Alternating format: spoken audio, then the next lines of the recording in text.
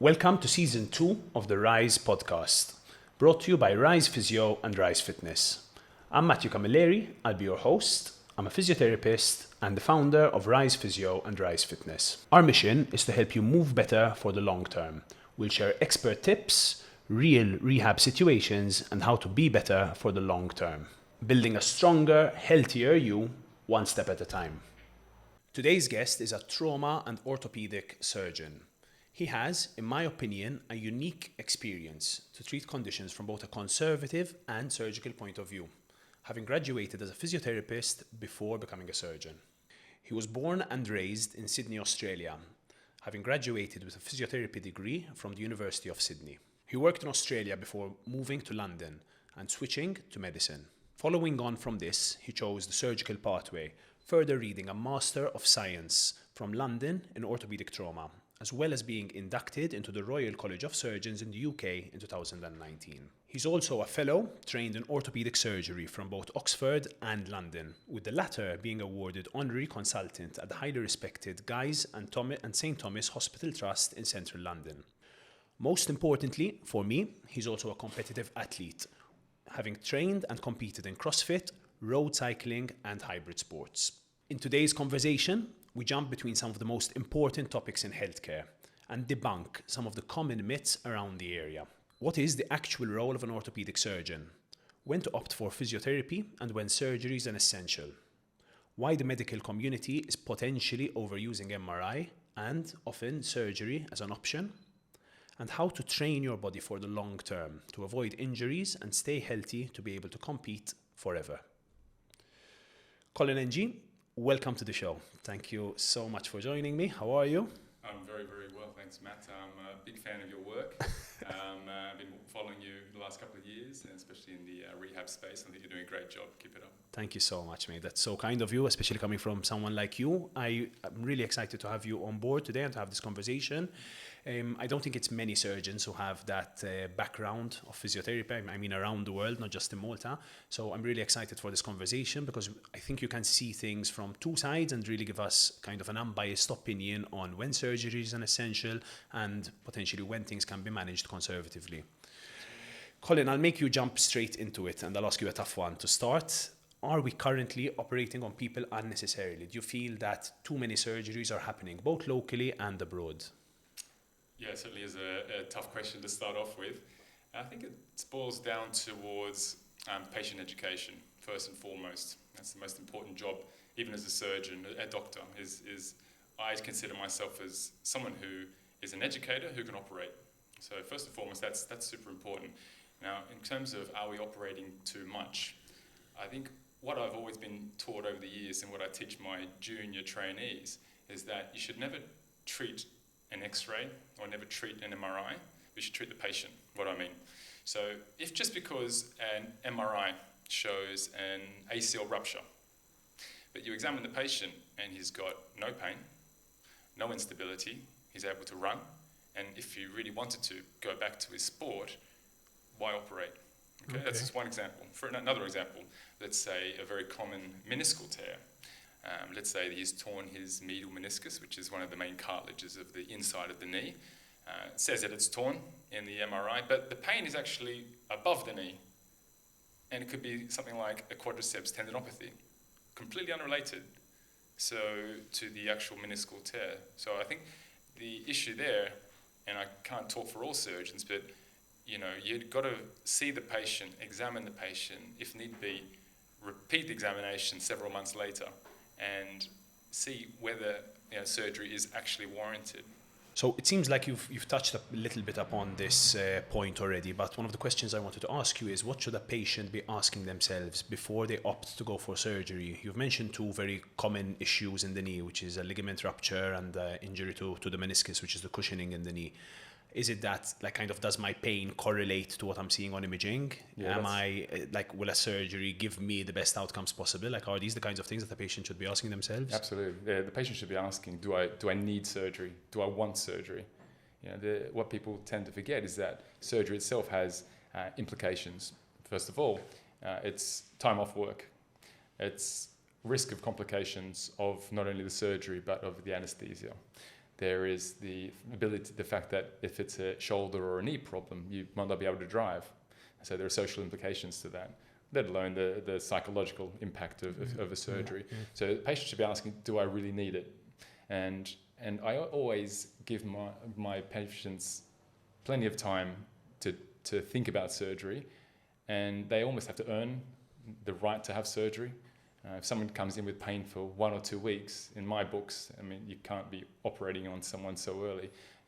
I send them off for physiotherapy, I send them off for strength training, reassess the injury later, reassess whether they're still in pain, and then go from there. Yeah, it's quite interesting. You brought up a really interesting point earlier on where you said a surgeon can actually make someone worse. And I think people don't think about that enough, that with surgery, there's much higher risk of complication, but also of the surgery not going well, out of no one's fault. It's not the surgeon's fault, not the patient's fault, than there is with conservative management. So you should definitely take step 1 before you take step 2, you know? Yeah, that's absolutely right.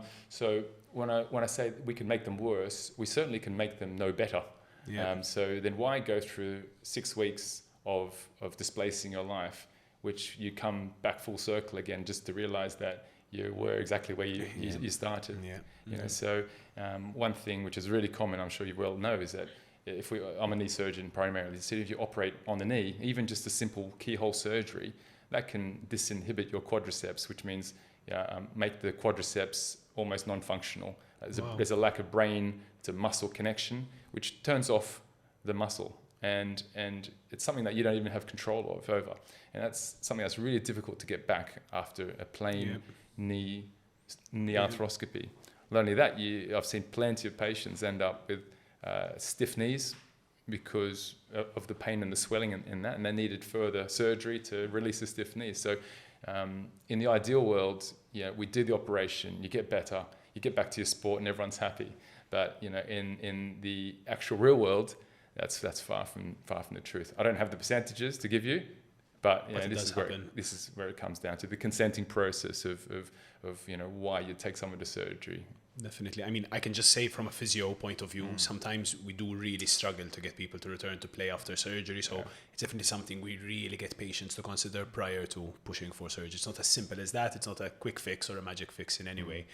I'm very interested in your journey. So you graduated as a physiotherapist originally, and then kind of came to that mental moment that you wanted to put through yourself through school again. It's not an easy schooling process and do it all again. What pushed you to do that? So what was the kind of the thought process that led you to want to take that next step? Yeah. So I've always been quite an inquisitive guy, Matt. I love pushing the knowledge. I love pushing the boundaries. I love knowing about how to do things and how to do things better. I think the original reason I got into physio was that I love sports. And I did sports at a very high level, but I was never top enough to make it a profession that I could live off. So what's the next best thing is to hang around sports people. And at the time when I was younger, I wanted to travel with the state and national teams as a physiotherapist. It took me abroad to London, but then there's something a little bit missing. And I think it's probably more of an ego issue from my part, that I could get the patients to a certain level of ability to return to sport, but then they'd recur with an injury. And I think the ego in me wanted to do more for my patients and clients. So I crossed over to medicine because I thought that would be a better way to be able to take the patient to the next step. Yeah. And I would say, for the majority of it, it's been a positive experience. And truthfully, I could take the patient further on. From just a plain muscle or ligament injury, and I could actually reconstruct or fix that.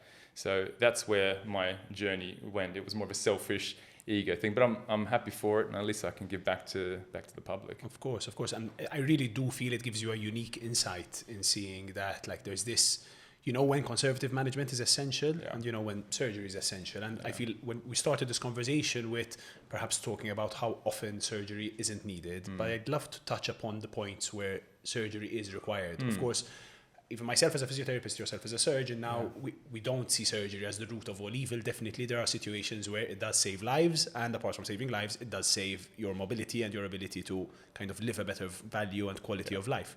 So I'd love to just talk a little bit about some of the occasions or situations where you just go straight for surgery. Yeah. So when are the situations where surgery is a must-have? Yeah. So I think you mentioned it quite well there. When there's an emergency surgery, so that a car accident where you've broken a bone, or there's muscle sticking out, or there's massive wounds, then that speaks for itself. You need to operate emergently within that same day, or certainly the day after, or a fracture. When I think the interesting point is for elective surgery. Elective is patients who are not life-threatening or limb-threatening, but they think that they need the surgery. Okay, so it's a combination of they think they need, and I think I can make them better. And every joint in the body is different. Again, let's just talk about the knee because it's easy. If someone is not being able to play sport or even go to the gym to do simple squats or a bike, because there's a lack of range, that's sort of certainly one possible indication for surgery. So that's definitely a surgical case right there, very often. And as I said before, if you're coming with a lack of range, the first port of call is always physiotherapy. Okay, and a good physiotherapist, someone who knows what they're doing and who's exercise based, who can at least graduate them back into that sport. All right. So, and if they fail physiotherapy for a lack of range of motion, then that could be one indication, because a lack of range of motion could be a stiff joint, or it could be something impinging on the joint. Okay, so kind of like a block in the joint, which is stopping the leg fully straightening or the leg fully bending. Correct, and this is where it could be a ligament tear. We discussed about. There could be a loose body within the knee. It could be just the joint itself is stiff, rather than stiff muscles. So I'd say a lack of range. Number two, probably the big one, is pain. Right? And I think the fallacy with surgery is that patients think that just because they're in pain, they need surgery. All right? And pain is really complicated. It's another long discussion by itself. But if someone's in pain, and if it's something mechanical that can be unblocked or removed, then that would be an indication. Okay. But it's important to correlate the pain with how the patient moves and where it is actually feeling it on the body. I think pain does complicate matters slightly, because at least my background is that it's very hard to correlate pain coming from this structure. Definitely, that's right. You definitely don't want to be chopping something off, hoping it's causing pain, and then it's not. Like, imagine if you have night pain is the worst thing. Okay. Imagine if you've woken up 6 a.m, you've done all your work, you've done a bit of a workout, you try to go to bed and try to sleep, and rest and sleep is super important for recovery, and you can't sleep because you're in pain, regardless of taking different medications. Let's say the paracetamol, non-steroidals, codeine, sometimes even morphine, and they still can't sleep. I mean, that would be an indication that you need to examine whether a patient needs surgery. Interesting. So just to summarize things, it's really interesting how you've split this kind of elective and trauma side that I know are kind of the two main sides of your profession very much. I mean, in trauma, obviously, the patient doesn't really have a choice. Yeah, that's right. Life-saving has to happen ASAP. Yeah. With these electives where the patient has time to process, to think, it sounds like it's quite important to try conservative management first, so physiotherapy, strength training, and then if things are not improving, if pain is still severe, if there's a complication of night pain or lack of range, that's when a surgeon's referral is really important, and you're doing your job then. Yeah, I think that you hit the nail on the head. I think that's pretty much the major issues there. Yeah, I think that's great, because it gives patients a little bit of a mindset of when to consider speaking to a surgeon. It perhaps also gives physios a mindset of when to consider surgery, because that's a big part of our jobs as well. Yeah. When do we make that referral to a surgeon? Who is the surgeon you trust? Yeah, I think it's really important to have a good point you brought up is having a nice dialogue with surgeons. I think traditionally for physios, even when I was a physiotherapist, I always found it a little bit daunting trying to contact the surgeon, because several issues. But should I call him? Am I bothering him? But I think it's really important if the surgeon is open to having a dialogue with the physiotherapist. I mean, physiotherapy is just as much a diagnosis as a treatment. So, certainly there's several physiotherapists who I like using. And if I send the patient to that physiotherapist and they call me up and say, Cole, I've done as much as I can. For me, operate. Okay. That's not every physio. It's the ones I trust and the ones I know who have done their best possible. But I think it's really important having that open dialogue.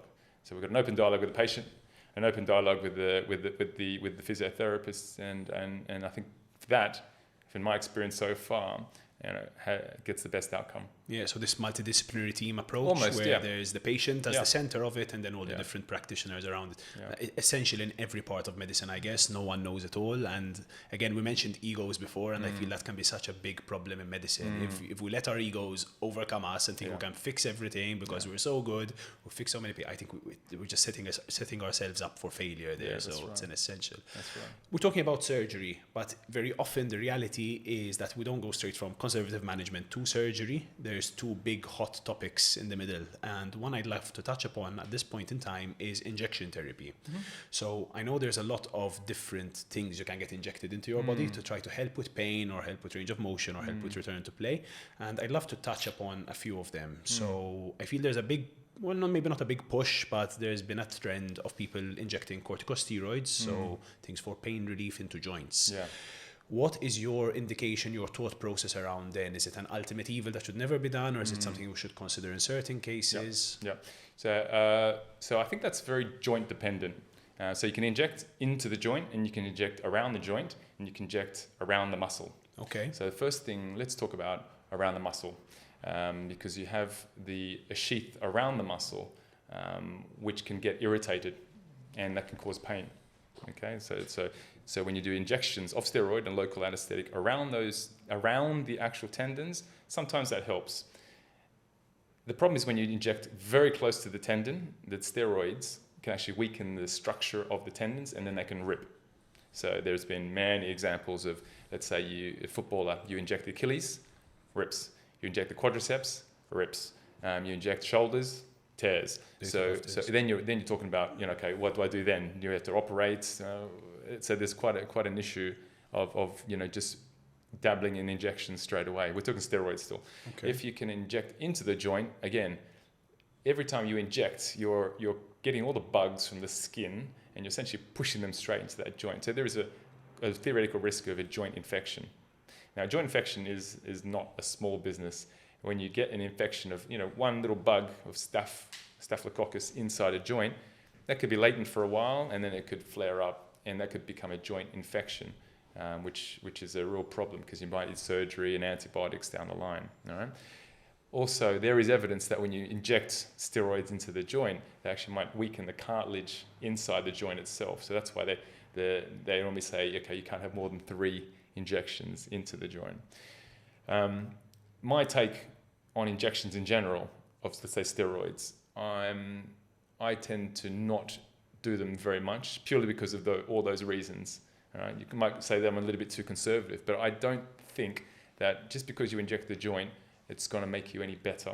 What it does do, you inject the joint, and then the patient can mobilize and do physiotherapy more aggressively, and then get better. So it all comes back to, okay, I need to get the patient to physio, I need to get them moving, I need to get them stronger. And they're not able to do that because there might be some pain or some sort of impingement or lack of motion. So when you do the injection, not always, but that might help them overcome those 3 issues to do more physio. Yeah. But so that's really all there is. Yeah. So you talk about corticosteroids, and they tend to be local. They don't tend to spread into the blood supply like you would if you take normal steroids and anabolic steroids. The new, I wouldn't say it's a new craze. It's been around as PRP. I'm not sure if you've heard of that. Yeah, platelet-rich plasma. Plasma, correct. It's where you take the patient's own blood and you spin it in a centrifuge and you inject it where you want to inject it. And it can be in the joint, and it can be outside the joint, it can be near the muscle, and it can be on the outside of the muscle. So the same sort of 3 areas. That boils down to choosing the right patient, I believe. Okay, because there is a lot of studies out there, and some are good, some are bad.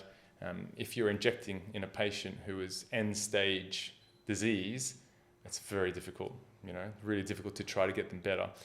Possibly there's some evidence if you inject on early stage, that might make them better. But again, I think it's difficult to say whether the injection actually helped, or was it the fact that they could actually do physio more that helped. We need some really good randomized controlled trials with 2 good arms saying injection only or physiotherapy only and injection with physiotherapy. I think that's probably the best way to go about this to quench that rumor once and for all. But you feel like the science isn't quite there yet with these biologic injections like with Yeah. things like PRP? I think the science is there with PRP. It's almost like a stem cell treatment. I'm just not sure if I believe in the hype.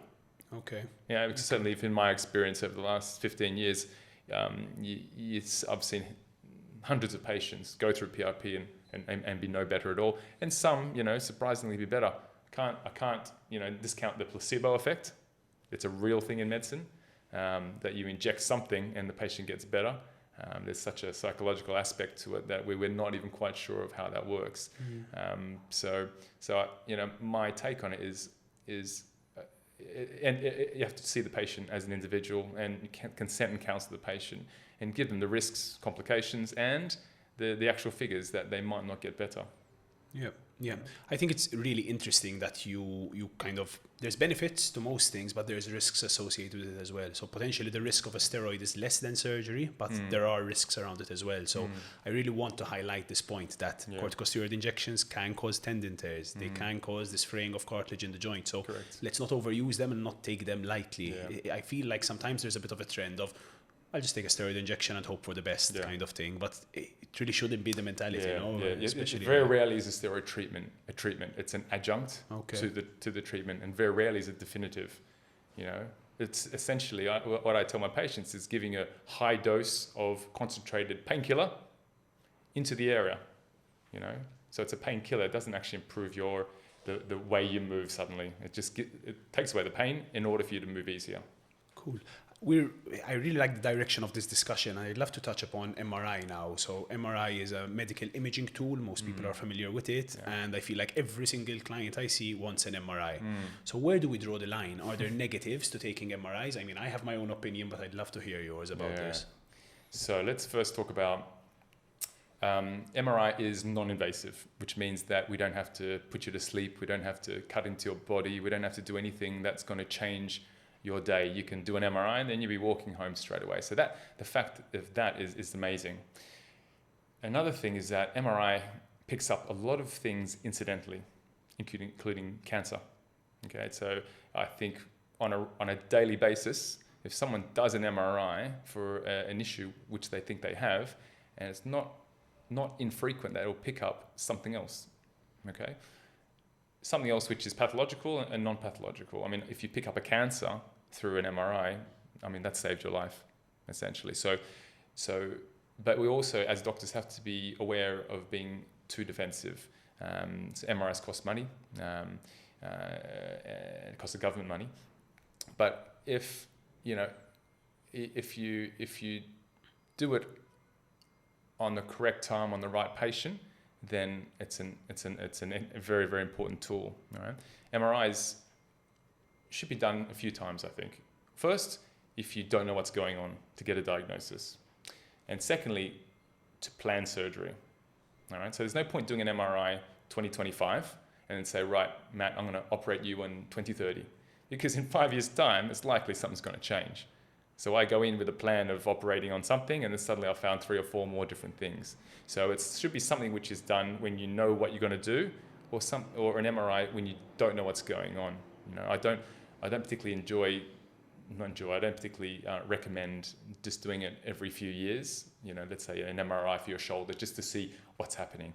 I don't think that's good medical practice. That increases the waiting times on other people needing the MRI, and it doesn't give you much information unless something clinically has changed. Of course. Right? So I mean, are we doing too many MRIs? It depends. It's a really difficult question because if I pick up a cancer, then that MRI is worth it. But if I'm just doing an MRI just to see what happened 1 year ago, I don't think that's worth it at all. Of course. I struggle sometimes with MRIs because of this non-pathological. So just to clarify for people listening in, that's problems which are in the human body, which are not giving any pain. Correct. And then all of a sudden we've opened this kind of worms of, should I do something about this muscle tear, this tendon pathology? Yeah. But does the client have any symptoms? Yes, absolutely. No. I think the biggest thing which you've seen hundreds of times is back pain. Yeah. Back pain is a really, it's a massive topic. What we know, which is worldwide published data, is that if you have one episode of back pain, within 6 weeks, 90% of those patients are improved regardless of what you do. So if I get you to take 5,000 euros of medication, or I inject you with something else, or I send you to yoga and send you to Pilates studios, send you to, I don't know, Mexico to have some treatment, you're probably going to end up almost exactly better. And then if you do an MRI, and it's most likely you're going to find a lot of pathology. And it's not infrequent where a patient has pain, as I say, sciatica, on the left-hand side going down. We do an MRI, and it shows that you've got sciatica on the right-hand side. So what do we do then? Do we operate on the right-hand side, even though he's completely asymptomatic? Yep. So yeah, it picks up a lot of these negative findings that... Well, negative, and at the same time, what I love to say to clients is the spine is a lot like the skin. You know, the skin wrinkles with age, and the spine wrinkles with age. We wouldn't operate on a wrinkle. Well, some people get Botox, but wouldn't operate on a wrinkle, and it's the same thing with the spine. You know, we have to expect that after a certain age, and that age is quite young. I think latest study I read is like 25 plus, so our spine is considerably different to when we're born. So correct. This is always my concern around MRI, and maybe I could be accused of being a bit too guarded with sending people for MRI, but it's very much conservative management first prior to considering MRI if things are really not improving. And there's obviously the red flags, which red flags, if those who don't know what it is looking for cancer or some sort of inflammation which is in the body. You know, it doesn't always need to be cancer, but if there's a red flag such as unexplained weight loss, night pains, pain that doesn't go away with medications, I mean, that's a pretty clear indication that you should go for an MRI. Yeah, definitely. You touched upon, and I know it's perhaps a bit of a challenging topic, money in relation to healthcare. So, I mean, obviously, people know that we both work privately as well, and the majority of the medical profession works privately. How do you feel about potentially money being an incentive to surgery for the surgeon? I feel that's, I'm not sure if it's happening or not, but I do definitely think that could be something dangerous. How do you feel around that? Like, what are your thoughts around that area of the profession? Yeah, that's a multifaceted question, Matt. So the public and private systems, I believe, need to exist. If you have, an income which would allow you to see someone privately, and what that means is that you can see someone as a professional, whether it's a physio or a doctor, faster, then certainly I would go for it. There are those who say, I pay my taxes, I deserve a good public system, and I think Malta, certainly in Malta, I've worked in several countries, and the Malta public system is very, very good. It's in some places in Malta, you get an MRI, if you're lucky, in a couple of weeks. I mean, this is unheard of in the UK or Australia, that a public patient will be getting an investigation so quickly. And I think I can't talk on behalf of all surgeons here, but certainly you end yourself, one could end up in deep trouble or muddy waters if the financial, motivation is what's going to drive you for work. This depends on the individual. And I think the patients and the clients are getting much more savvy with who they choose to go with. You've got to give patients the benefit of the doubt. After meeting a surgeon or a doctor, I think they can suss out what kind of person that person is. Is he after my money for a quick surgery, or he actually genuinely wants me to get better? It's a difficult aspect, but I do think both. I think the private system needs to exist, and it offloads. What people don't understand is it offloads the public system so that people who can't afford to go private can actually be seen quicker. Of course. So yes, I wouldn't even say it's a double-edged sword. I think it's a very difficult discussion, and each practitioner has the responsibility to himself and also to the patients to do the best job.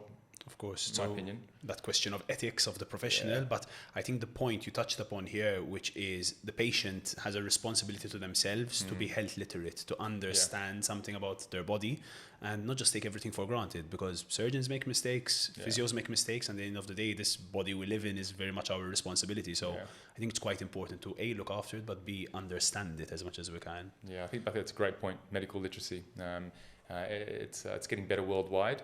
I think it's social media has helped with that, of how to look after yourself. There's plenty of podcasts about how to live longer which diet to have, which diets are best to lose weight, which diets are best to prolong your long, to live until well into your later decades.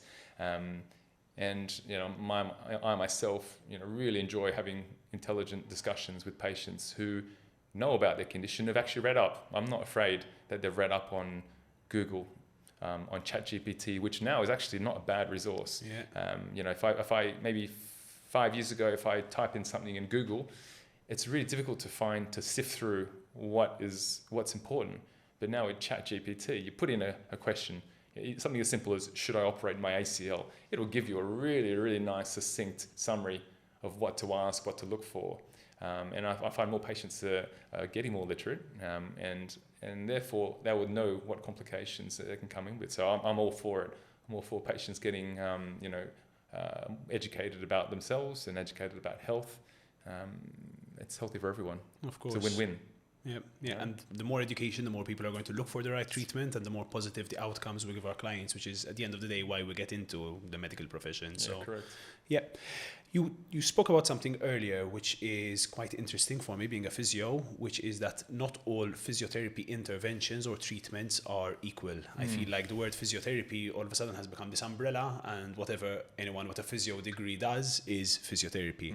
As a surgeon, I'd love your perspective of what is good physiotherapy. So who is a physio you'd be happy to refer to? What are they doing? What's different from someone you're not so happy to refer to? Yeah, good question, Matt. First and foremost, I was a physiotherapist in the past, and I still consider myself a physiotherapist, actually. It is a relatively new profession in the health space, one which is evolving fast, almost as quickly as medicine is evolving. And, physiotherapists, depends on where they're trained, have different techniques, and it's because of the people who are training them. So I was trained in Australia, in Sydney. At the time, we were building up towards the Olympic Games, so it was really a hot topic. We had some of the best physiotherapists out there teaching us how to do it properly. Australia, in general, comes from a very hands-on physiotherapy background, which is very exercise-based, which is very manual therapy, which is very touch massage, as opposed to machines. I'm not saying machines are bad, but I think they need to be used in the right time and the right occasion. So, with machines, I'm saying ultrasound, interferential, laser therapy, TENS machines, even the new stuff like TECA. These are all good when used as an adjunct, not as a standalone treatment over 10 sessions. Even acupuncture to that point. So, when you ask me what's a good physio, a good physio is someone who is evolving, continues to evolve, and who's up to date. That's pretty plain and simple. If a physio you go to can at least quote some of the recent data and what's happening in the strength and conditioning space just as well as the pain space, then that's someone who you should trust. And certainly the level in Malta is getting better than what it had been. I've been here for quite a long time now, so RISE is one of those places which is leading the forefront of physiotherapy. So rather than saying who is a good physiotherapist, who is not a good physiotherapist, I think the more important is who's willing to keep evolving with the times, and willing to know what tools to use in their belt, how to use them, and when to use them. All right, so. There's no doubt about it. The best outcomes to this date, 2025, is a mixture of psychological treatment as well as strength treatment. Certainly, I think that tends to be the best combination that we can come now. And I think the physios who are leading the way in Malta are those who are pushing that boundary. Yeah, it is really a hot topic, and because it feels a little bit like a fight between the old school of doing things and the new school of doing things. Yeah. There's the same argument in every part of medicine. There's perhaps an older way of doing things and the newer way of doing things, and you need to see which approaches work and which don't. I think this point of having different tools in your toolkit is super important, and knowing when a more passive style, which is doing things to the patient, versus an active style, which is getting the patient to do things themselves. And I think also a point of that is every patient's different, Matt. So there are patients out there who just want to lie on the bed and get a massage. In their head, that's worth 60 euros. And if I get a massage, I'm going to get better. He's not wrong, okay, because the ability to touch and the strength of touch is super important, as we well know. But yeah, I think it's our job as surgeons and as physios to educate those patients that maybe there's a better way. Certainly, maybe there's a less passive way that you can get better, in integrating the patient's own expectations into the treatment and making him part of the process. So when the pain comes again in the future, he'll realize, okay, Matt did this to me. Maybe I'll try that and I'll do it again. It's all about getting the patient to treat thyself. And that's what I'm all about as well. If a patient can treat themselves, you don't need to come to see us. Definitely. You come to see us when you really need to see us. Definitely. And that's when that's the direction I hope it continues to go. Definitely. I mean, the self-management part is huge, but the more research data comes out, it keeps telling us the same thing, that the human body is incredibly adaptable, but we just need to give it the right stimuli to change. And unfortunately, and I always emphasize this, the stuff a physio or a surgeon does to you is not going to get your body to adapt. It is very much your responsibility to be moving regularly, to be moving in the right way, and to progressively overload to build your body up over time. At least part of our treatment needs to be that, to get the person educated in moving in the right way. 100% agree. And on that topic, I know you train a lot yourself. It's quite interesting that you probably see hundreds of CrossFit injuries and you do CrossFit yourself. Yeah. So I'd love your take on that. How did you pick a sport like CrossFit? Most surgeons I've spoken to around the world will at most do something like cycling or something like a regular walk. Yeah. But you've gone on the other extreme with one of the most intense sports. You've played rugby, I think, in the past, I have. So what's your viewpoint around that? Yeah, so I think of CrossFit. I thought about, CrossFit quite a lot. Why? I think it was quite a natural process to getting into CrossFit. The difference that you have to discuss is CrossFit bad? Because that's certainly the myth that you see all around the place.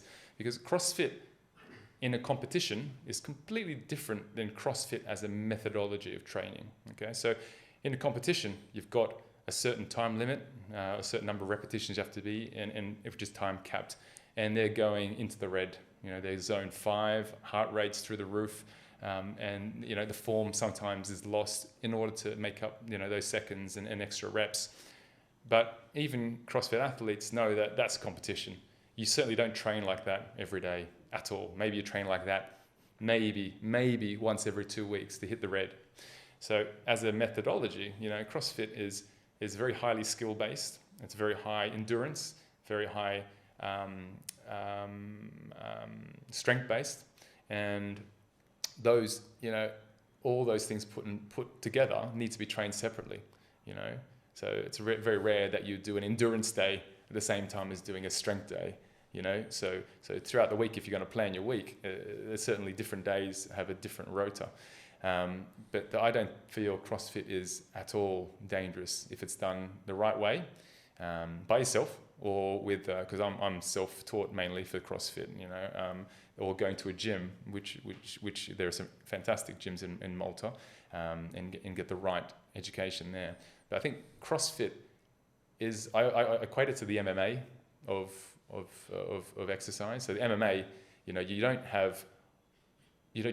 rarely do you have a fighter who's just an MMA fighter. They start off in karate and suddenly learn a bit of judo, and then they learn a bit of grappling, and then do some striking.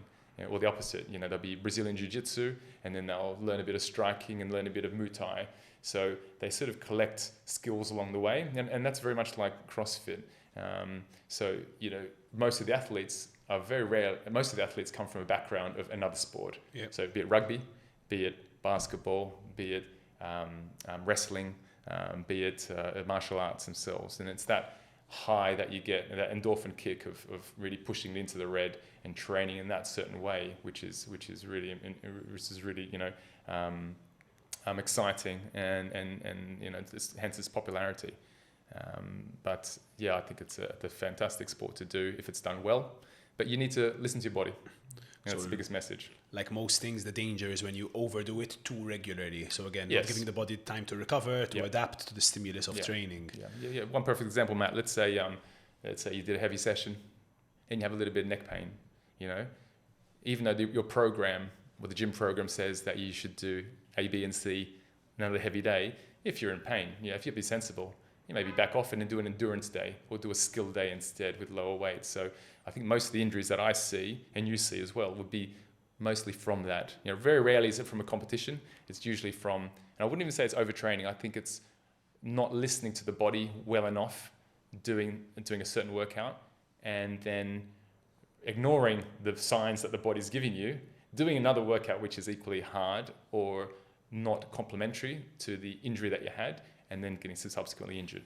Yeah, it's always it seems like it's the problem with everything. Like you're just not listening to what you're feeling, not listening to your body. Yeah. I mean, I'm big on like data tracking and metrics for the human body as well. So that gives us some insight into the biological markers. So I probably, if my tracker is saying like, listen, you were in the red today, you've pushed too hard yesterday, like don't do it again today because your injury risk is just going to fly through the roof. Yeah. Good point on that. I'm not very gadget orientated myself. I'm very instinctual. So I think a lot of people are married to their watches and their Garmin's and Chorus or whatever they use, Polar. I'm not saying it's wrong, but I still think if you don't listen to your body and you listen to your watch, it's completely different things. Your watch might say that you need recovery, but your body might say, you feel fine. So, what do you do?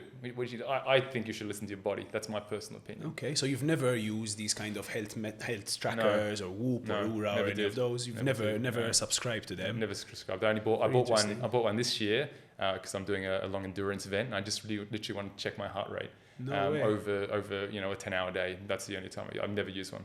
That's very interesting. I mean, I think that's really cool to see that you can be so in check with your body and you can listen to your body in that way. And I do think that perhaps these, let's not call them watches, but like the health trackers, they do perhaps put you a little bit out of touch with that and you listen to them instead. What I do really like, and I always make this point when it comes to trackers, is I think they give you a trend of what affects your recovery negatively and what doesn't. And I've seen this is so person specific. So certain things that boost my recovery don't boost others' recovery, and certain things that put me in the toilet don't put others out as much. So that's kind of the side I like with things over there. Outside of CrossFit, do you do any other sports? Is there anything else that you're into with regards to training, or is it mainly CrossFit at the moment? Yeah, so I love doing endurance events. I'm doing a life cycle, which is like cycling 2,000 kilometers over 10 days on a mountain bike. That's a nice zone 2, zone 3 exercise. You just get your legs going and think about nothing for 10 hours. As I said before, I used to play rugby at a very high level in Australia, and I used to rock climb, which I still do occasionally. I travel the world rock climbing. I love surfing. I love snowboarding. Any sport really that I'm. You get into it. I get into it. Yeah, it's sort of I train just in case my friends from Australia give me a call and say we're doing this, and then I'll go across. And it happened before. A mate of mine. I was training hard, and he said, "Listen, we're going to the Alps. We're going to climb. You coming?" Okay, yes. I'm coming. I'm ready. I'm fit. Super. So I think it's all about longevity. It's all about keeping your body ready rather than vanity. I've always been that way inclined. I think it's and also helps me with my job. If I'm strong in my job, I can operate 12 hours back to back. I've got the endurance to do that, mental and physical endurance. So that's why one of the big reasons that I train.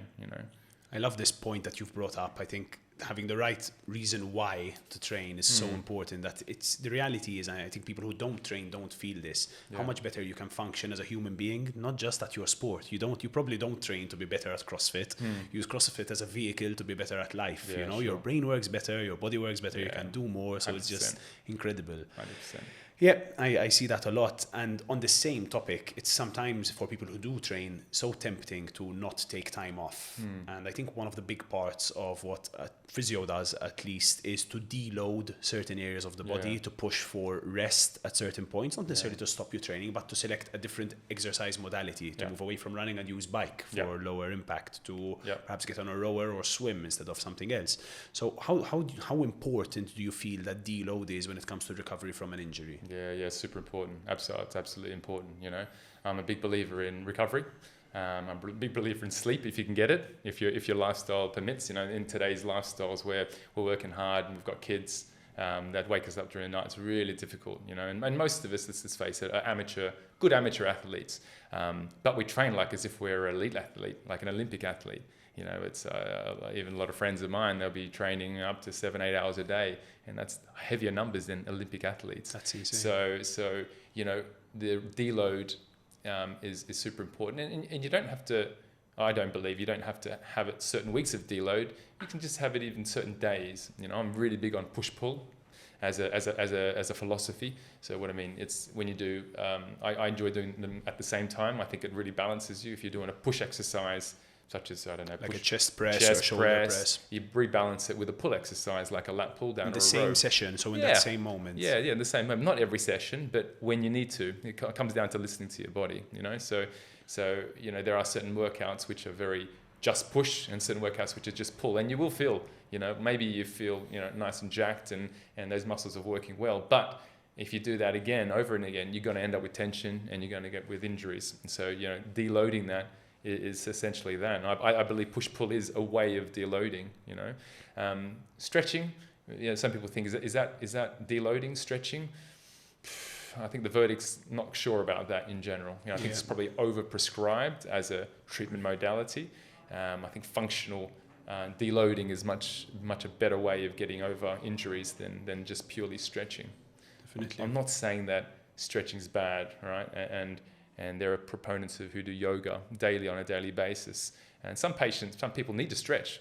If you've got a tight chest and a tight thoracic spine because of your anatomy, not because of what you've trained for, then you need to stretch. But if you're someone who's already very mobile, by stretching, you can make yourself unstable because you're too mobile. Definitely. And that's the problem. Definitely. You know? I think it's something I see, like maybe not as often as the other side of people who don't, but there are people who are doing too much stretching, who already have perhaps all the way to hypermobility syndromes. Correct. And I think a lot of people who practice yoga on a regular basis are probably already a little bit too mobile. They hate strength training, and then that can become a bit of a problem. So it's very much the balance around it. Yeah, it's a vicious cycle, isn't it? Yeah, it's a vicious cycle. So, but I totally agree with you about deloading and recovery. It's so important, you know, mentally as well, not just physically. Of course, it's quite interesting how you think and talk about deload. So deload isn't necessarily not training. It's not necessarily a week off or a week of doing nothing, but it's like little strategies around deloading. So like push-pull instead of just doing a full session of push.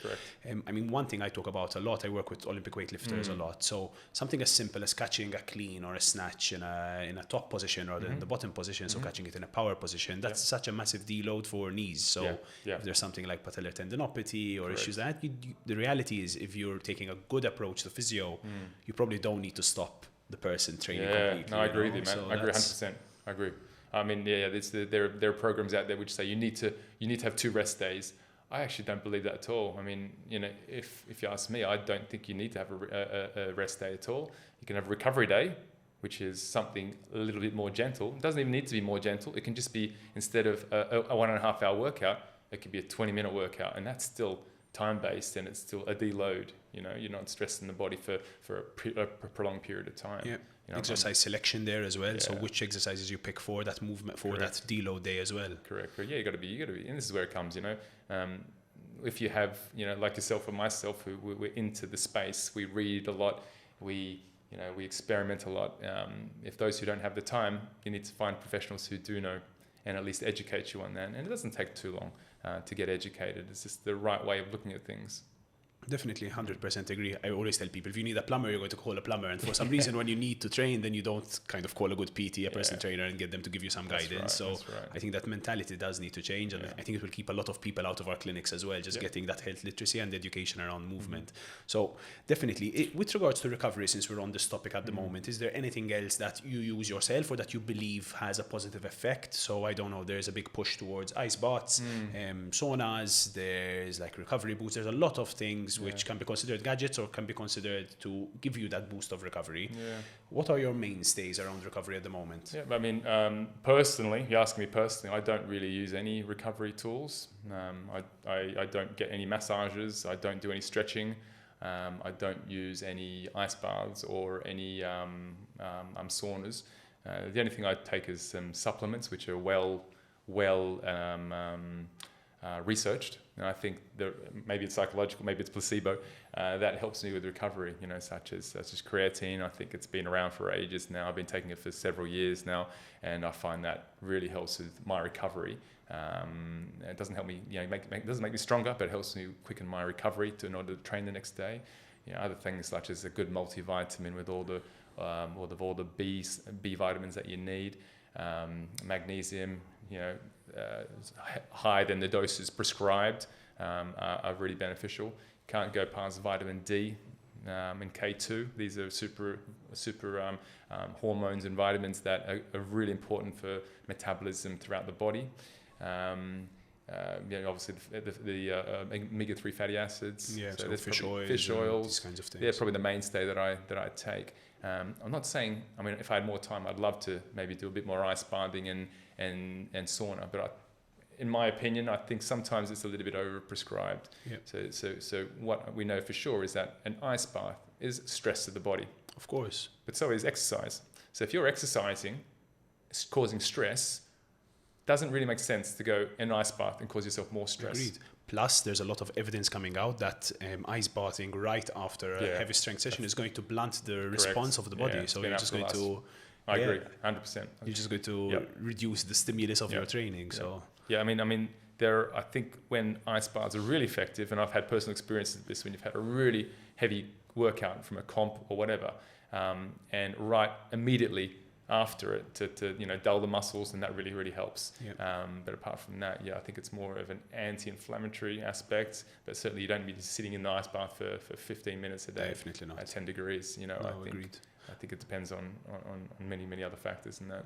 Yeah, I think one of the big messages we've been giving people for a long time at Rise, and I think it really ties into recovery as well. The fundamentals of recovery will always be nutrition, hydration, and sleep. Yeah, that's absolutely right. If you're limited with time or limited with finance or whatever your limiting factor is, focus on those three things, and that's going to give you 80% of the results, and all these other things, which, full disclosure, we do have saunas available at Rise, but they're 1%. You need to be focusing on your basics and your fundamentals. Agreed.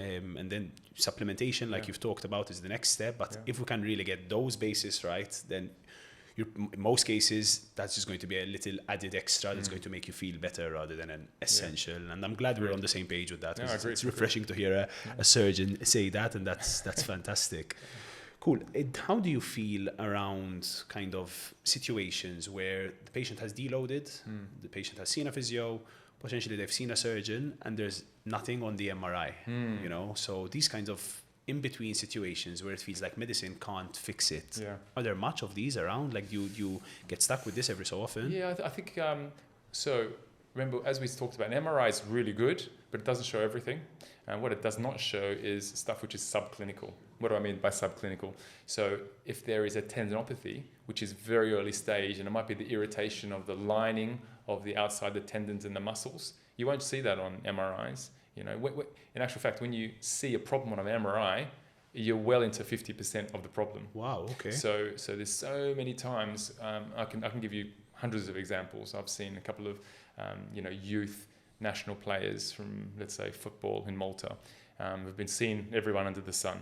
Had MRIs, nothing's wrong with them, But clinically, he had inflammation of his paratenon, So even simple measures such as stretching and the right deloading exercises have dramatically improved the patient's symptoms. So I think what you're asking is certainly, surgery is not on the cards. If there's a negative finding on an MRI, you really should not be going into surgery, all right?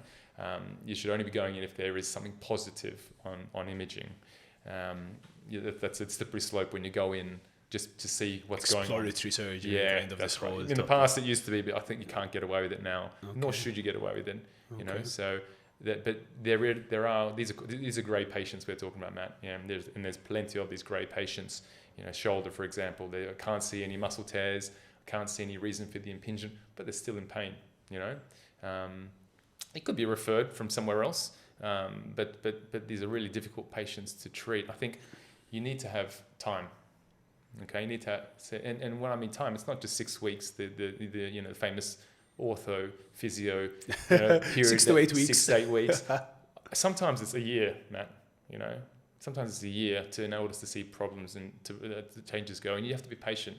And obviously, if that activity hurts, then don't do that activity. Do something else, which would rehab it. You know, you're laughing. It sounds simple, but I think people forget that. Yeah. They sometimes. I mean, I've been a patient myself, so it's not easy, especially when you're an athlete. You want to get on the pitch, you want to do that specific activity and nothing else. That's right. But I think patience, like with the human body, it does have certain periods of time it needs to heal, and it's the way we're built, and there's no getting away with it. You can get into a million ice baths, take every supplement under the sun, sleep 15 hours a night, but the body needs time. You know, so that's a big one, and I think it's a big message I try to give my clients as well, that some things take more time than others. Yeah, that's right. And unfortunately, sometimes it never goes away, and for that reason, I don't know why that's the case. I've certainly come across many cases where physios have done their best, couldn't do anything. MRIs have shown no problems, and anatomically they're perfect, but the patient's still in pain. These are really, really tricky Tough problems. Really are there things we just don't know enough about yet? Oh, 100%. Do you think like medicine still needs to evolve? And women's health, we still don't know hardly anything about women's health. You know? So most of the research in the past 50 years has been based on male research. Why? I think because males have predominantly been doctors, and it's easy to study a male. You know, we've got hormones such as testosterone, and that's it. Where women have estrogen, you know, progesterone. They've got all the other FSH, LH, prolactin. That they're complicated to study. they are, and that's not. I'm not being a sexist or detrimental. They have a lot of confounding factors. So, you can't add this patient to the list because she's on a period. You can't do this because she's menopausal. So basically, medicine have shunned them off and just done all the research on males. So female health, which is a really interesting space coming up, and there's some really good female scientists and doctors who are researching that space. That's probably the next frontier. And I see a lot of, let's say, perimenopausal women, obviously they're women, with multi-joint pains, you know, and they say fibromyalgia. That's the diagnosis. You've got fibromyalgia, but there's no MRI evidence of this. Of course. And what it could be, which I don't know, is hormone level changes, but even though the hormones might be normal. So, you know, just because they're within range, it might not mean that they're normal as well. And I've seen plenty of patients who have started on some hormone supplementation and they got better, or started on some natural therapies and they've got better. So I think the female space and the female athletic space is a really interesting space to go through. And linked with that, I mean, you've mentioned fibromyalgia. I feel all the pain science field is something which is still very complex and we don't know enough about. I mean, and a lot of things when it comes to the brain and neuroplasticity and changes in the brain, we're just like so far behind with. But it's also exciting to know that potentially there's conditions we can't treat right now that will get better in the future. Arthritis, that's one condition. So such a common one. Such a common one. If we can inject something into the joint and it covers up the arthritis, then there's no more joint replacements. I mean, that is the holy grail of orthopaedic surgery. Definitely. You know? It would put you guys out of a lot of work as well. But you know what? Yeah, we'd pivot. I'd pivot at least. I'd do something else. Definitely. You know, I think that's just, AI is coming through, so you know you have to start thinking of evolving. You can't just stick with your old guns. You know, it comes back to what we talked about before, Matt. You've got to evolve, and anyone who doesn't evolve, you're going to be left behind. Of course. Right. This was actually the next thing I wanted to ask you. Do you feel like a surgeon could be replaced by a robot in the near or not so near future? Yeah, the short answer is yes. The long answer is not quite yet. So we use robots in orthopedic surgery. We're not talking about R2D2 who walks into the room. We're talking about patients there. You've got to set the patient in the position. You bring on the cameras and you bring in the robot, and it helps you with the operation. It certainly doesn't do the operation for you. You still have to be there and open up the knee, and then through the robot it will help you show where the cuts need to be. But that's certainly not the norm. And the fact that it hasn't gained a lot of traction over the last 10 years says something also, looking into the future, I think, a patient wheeled into a bed in a closed room, machines over the top, that could probably do surgery. Absolutely. Eventually, it will be the case. Yeah, I've been thinking a lot about what jobs AI can replace and what not. I think the one perhaps saving factor in medicine and physio and all the medical fields is I think it will always be a challenge for a robot to give you empathy, for a robot to give you that sense of safety, that sense of, well, I don't know, there might be massive cultural shifts in the near future, and I might be regretting saying this in 10 years' time. Maybe, yeah. I think we'll always need that little bit of a human element, and at the end of the day, it's a big part of what we do in our jobs as well. That's right. That's right. Cool. Yeah. Colin, what can I say? That was fantastic. I mean, for me, it's super refreshing to be able to have these kinds of conversations with a surgeon. I love to see this shift in your profession where physios and surgeons can work together better for the long-term health of a patient. So thank you so much for that. My pleasure, Matt. Great being here. Awesome. Thank you so much. And just for people watching or listening, if you enjoyed that, it would be great if you could give us a follow on our socials at We Are Rise Physio, or to follow the YouTube channel and not miss future episodes. Thank you so much, and we'll see you next time.